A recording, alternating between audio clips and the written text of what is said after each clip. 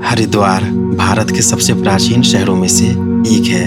इसे प्राचीन काल में देवताओं का द्वार भी कहा जाता था और आज के समय में इसे कुंभ नगरी के नाम से भी जाना जाता है। उत्तराखंड में स्थित ये शहर, जहाँ पवित्र गंगा नदी हिमालय से निकलकर मैदानी इलाकों में प्रवेश करती है। अगर आप हरिद्वार आने का सोच रहे हैं और आपके पास सिर्फ एक दिन का टाइम है, तो हरिद्वार के प्रमुख स्थलों को एक दिन में भी घूमा जा सकता है।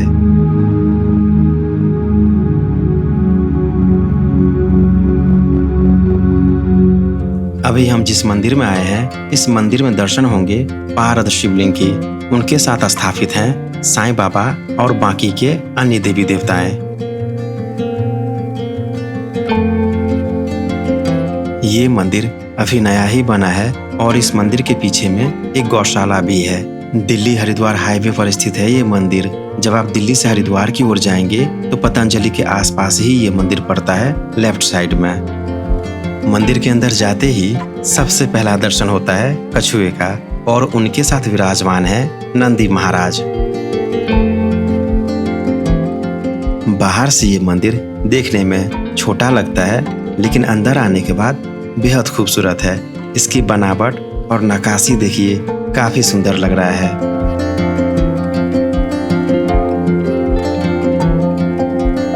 सामने दर्शन होता है पारद शिवलिंग की। इस शिवलिंग का दर्शन बहुत ही दुर्लभ होता है और हरिद्वार में ये शिवलिंग सिर्फ 2 जगह ही है। एक तो यहाँ और दूसरा कनखल में हरिहर आश्रम में है। यहाँ का शिवलिंग सबसे बड़ा शिवलिंग है और पारद शिवलिंग को पारदेश्वर महादेव के नाम से भी जाना जाता है। इस शिवलिंग को बनाने में काफी समय लगता है और जो चीजें यूज होती है वो है मरकरी, आयुर्वेदिक जड़ी बूटियाँ और अन्य धातु जैसे सोना और चांदी की भस्म। उन सब को मिला करके इस शिवलिंग को बनाया जाता है। यहाँ दर्शन करने के बाद अब हम पहुँच गए हैं प्रेमनगर आश्रम।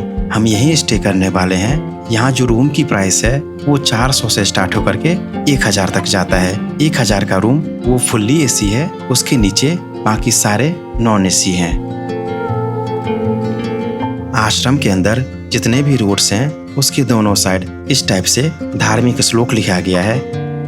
आश्रम के अंदर एक प्राइवेट कैंटीन है जिसके अंदर खाने पीने की चीजें मिल जाती हैं और सामने ये मेन्यू है उसकी। जहाँ रूम बुकिंग होती है उस ऑफिस के सामने में भगवान शिव की 4 मुखी रूप का दर्शन होता है और ये सारी जगह है इस आश्रम में घूमने के लिए। आश्रम कैंपस के अंदर ही एक खूबसूरत सा मंदिर भी है जिसका नाम है श्री हंस तीर्थ। इस मंदिर के अंदर में श्री सतपाल जी महाराज के माता और पिताजी की प्रतिमा स्थापित है। आश्रम से जुड़े जो भी भक्त यहाँ आते हैं वो इस मंदिर में आकर के पूजा अर्चना जरूर करते हैं। इस मंदिर की बनावट बाहर से जितनी सुंदर है उतनी ही सुंदर अंदर से भी है।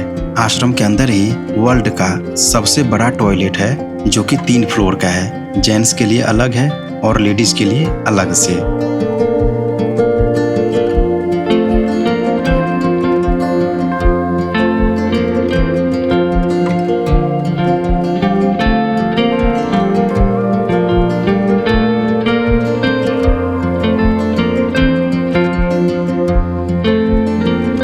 सामने ये गोवर्धन हॉल है जो बीच के एरिया में बिना किसी पिलर, बिना किसी सपोर्ट के है और ये हॉल बहुत ही बड़ा है। इस आश्रम का अपना एक प्राइवेट गंगा घाट भी है। जब आप इस आश्रम में आएंगे तो आप इस गंगा घाट को एक्सेस कर पाएंगे। गंगा घाट ओपन और क्लोज होने की टाइमिंग सामने दी गई है। प्रेमनगर आश्रम की एक डिटेल्ड वीडियो मेरे चैनल पे ऑलरेडी अपलोडेड है। अगर आप चाहें तो वो वीडियो जा करके देख सकते हैं, लिंक डिस्क्रिप्शन में है। आश्रम के अंदर ही गंगा घाट के पास में एक पंचपल्लव भी है, आप चाहें तो उसका भी दर्शन कर सकते हैं।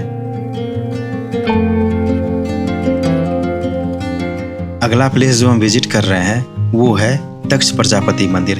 पहले यहाँ पे दक्ष प्रजापति का महल हुआ करता था, लेकिन अब इस जगह पे मंदिर है। महादेव की प्रथम ससुराल भी यहीं पर है। माता सती ने यहाँ जन्म लिया था और उन्होंने अपना शरीर भी यहीं त्यागा था। कैंपस के अंदर में शॉपिंग करने के लिए बहुत सारे दुकानें लगे हुए हैं और इसी कैंपस के अंदर में सामने रुद्राक्ष के पेड़ भी दिख जाते हैं। सामने जो मंदिर है उसी में स्थापित है दक्षेश्वर महादेव शिवलिंग। यहाँ निकास द्वार पे भक्तों के लिए लोटा रखा गया है। वो लोटा लेकर के यहाँ बने गंगा घाट पे जाते हैं और वहाँ से जल भर करके फिर शिव जी का जलाभिषेक करते हैं।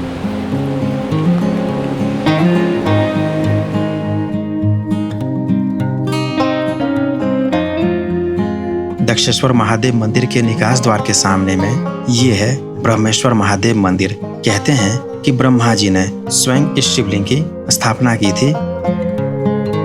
दक्षेश्वर महादेव मंदिर के अंदर ही ये है सती कुंड। सती ने अपना शरीर यहीं त्यागा था। सामने ये है 10 महाविद्या मंदिर। इस मंदिर में अंदर जाने के बाद माता के हर एक रूप का दर्शन होता है। दक्षेश्वर महादेव मंदिर के निकास द्वार के पास से ही ये रास्ता चला जाता है माता सती के जन्म स्थान पे। ये वही दिव्य स्थान है जहाँ माता सती ने जन्म लिया था। मंदिर के गर्भगृह में जहाँ माता सती अभी मूर्ति के रूप में पूजी जाती हैं, वहीं पे उन्होंने जन्म लिया था। दक्ष प्रजापति मंदिर कैंपस से बाहर निकलने के बाद रोड के अपोजिट साइड में है वीरभद्र मंदिर। कहते हैं कि वीरभद्र यहीं प्रकट हुए थे और यहीं से जाकर के उन्होंने दक्ष प्रजापति का सर धड़ से अलग किया था। यहाँ दर्शन करने के बाद अगला प्लेस जो हम विजिट कर रहे हैं वो है पायलट बाबा आश्रम। ये आश्रम दक्ष प्रजापति मंदिर से लगभग 1.5 किलोमीटर की दूरी पर है। इस आश्रम के अंदर में भगवान शिव की 108 फीट ऊंची प्रतिमा देखने को मिलता है। सामने टाइमिंग दिया गया है आश्रम में दर्शन का। इस आश्रम में आने के लिए एंट्री चार्ज 5 रुपया लगता है। अंदर आते ही जो पहला मंदिर दिखता है वो है सोमनाथ महादेव का मंदिर। सोमनाथ मंदिर के बगल में ही एक और मंदिर है भगवान शिव की। इस मंदिर में भगवान शिव की अलग अलग प्रकार की प्रतिमाएं स्थापित हैं। मंदिरों के अलावा इस कैंपस में अलग अलग प्रकार की और भी बहुत सारी लीलाओं को दिखाया गया है।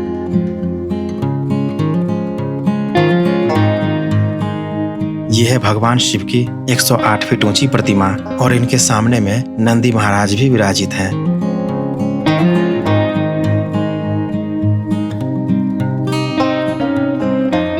पायलट बाबा आश्रम से निकलकर अब हम चल रहे हैं हर की पौड़ी की तरफ।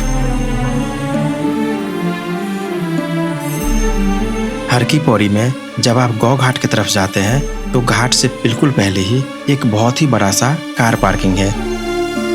ये एक गेट बनाया गया है। इस गेट के उस पार जाने के बाद गंगा घाट मिलेंगे और सारे गंगा घाट एक दूसरे से इंटरकनेक्टेड है ब्रिज के द्वारा।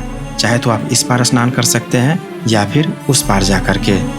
शाम का समय है और सूर्यास्त होने वाला है। ये दृश्य देखिए कितना अद्भुत लग रहा है। गंगाजल के ऊपर में भगवान सूर्य अपनी किरणों को प्रकाशित कर रहे हैं।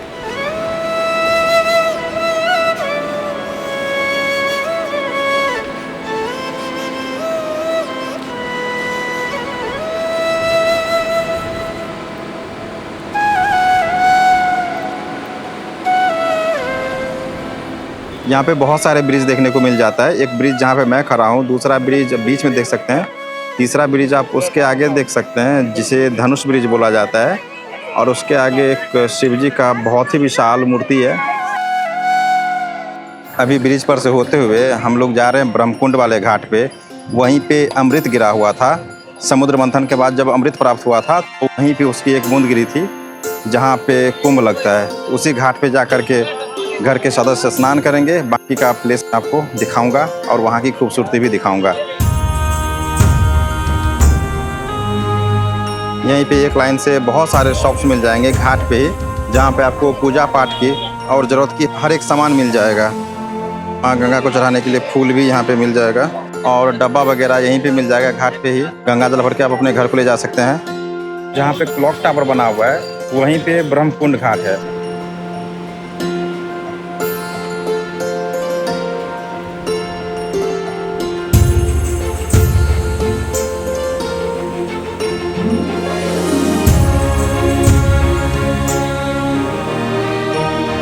अगर आप हरिद्वार आते हैं तो स्नान तो कहीं भी कर सकते हैं, हर एक जगह की सेम महत्व है। लेकिन ब्रह्मकुंड पे जब आप आके स्नान करते हैं ना तो यहीं पे अमृत की बूंदें गिरी थी, ऐसा बताया जाता है। थोड़ा सा चलना पड़ेगा, लेकिन आप यहाँ पे आकर के स्नान कर सकते हैं। और इस घाट पे आपको भीड़ भी काफ़ी ज़्यादा देखने को मिलता है दूसरे जगह के मुताबिक।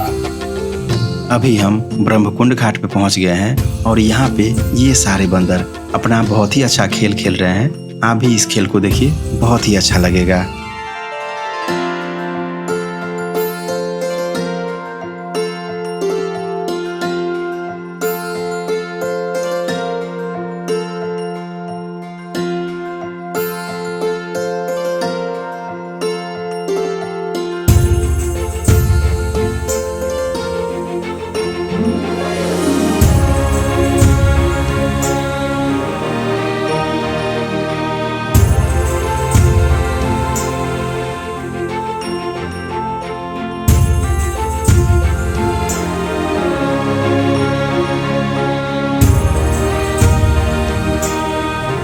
ब्रह्मकुंड घाट पे आपको जूता चप्पल रखने के लिए स्टैंड मिल जाएगा।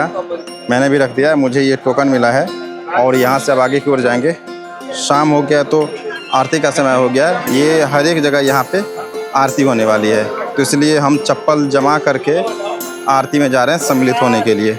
अगर आप यहाँ पे आरती फूल लेते हैं गंगा मैया के लिए तो आपको ये 20 रुपये का मिल जाएगा। लेकिन एक बात याद रखें, जिनसे आप आरती लेंगे वो ये आरती ले जा करके वहाँ एक पुजारी को दे देते हैं और वो आपको पूजा कराते हैं। पूजा कराने के बाद वो अपना चार्ज अलग से करते हैं, जो कि 500 400 जो आपको हो वो आपसे लेते हैं। तो आपका मन हो तो आप उनसे पूजा कराइए, नहीं तो आरती लेकर के कहीं साइड में जा करके गंगा मैया को अर्पित कर दें। शाम का समय है और सारे लोग बैठ गए हैं घाट पे आरती देखने के लिए।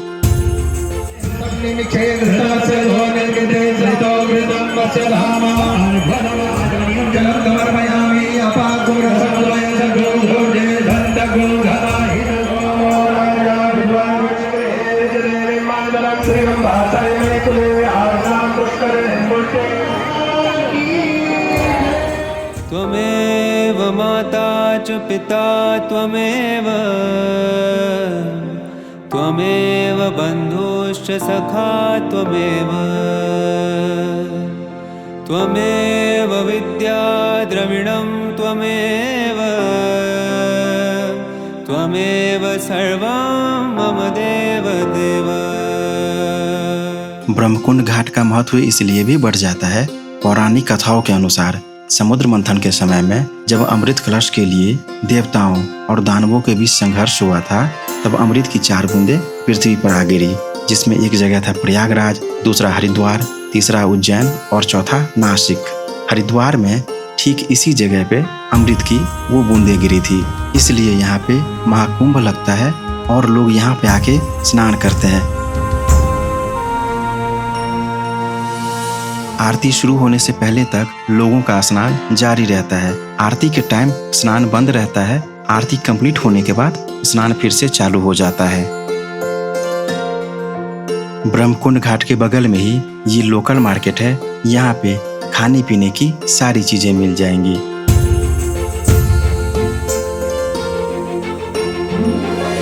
रात का समय है और लाइटिंग पे ये सारे ब्रिजेज बहुत ही सुंदर लग रहे हैं।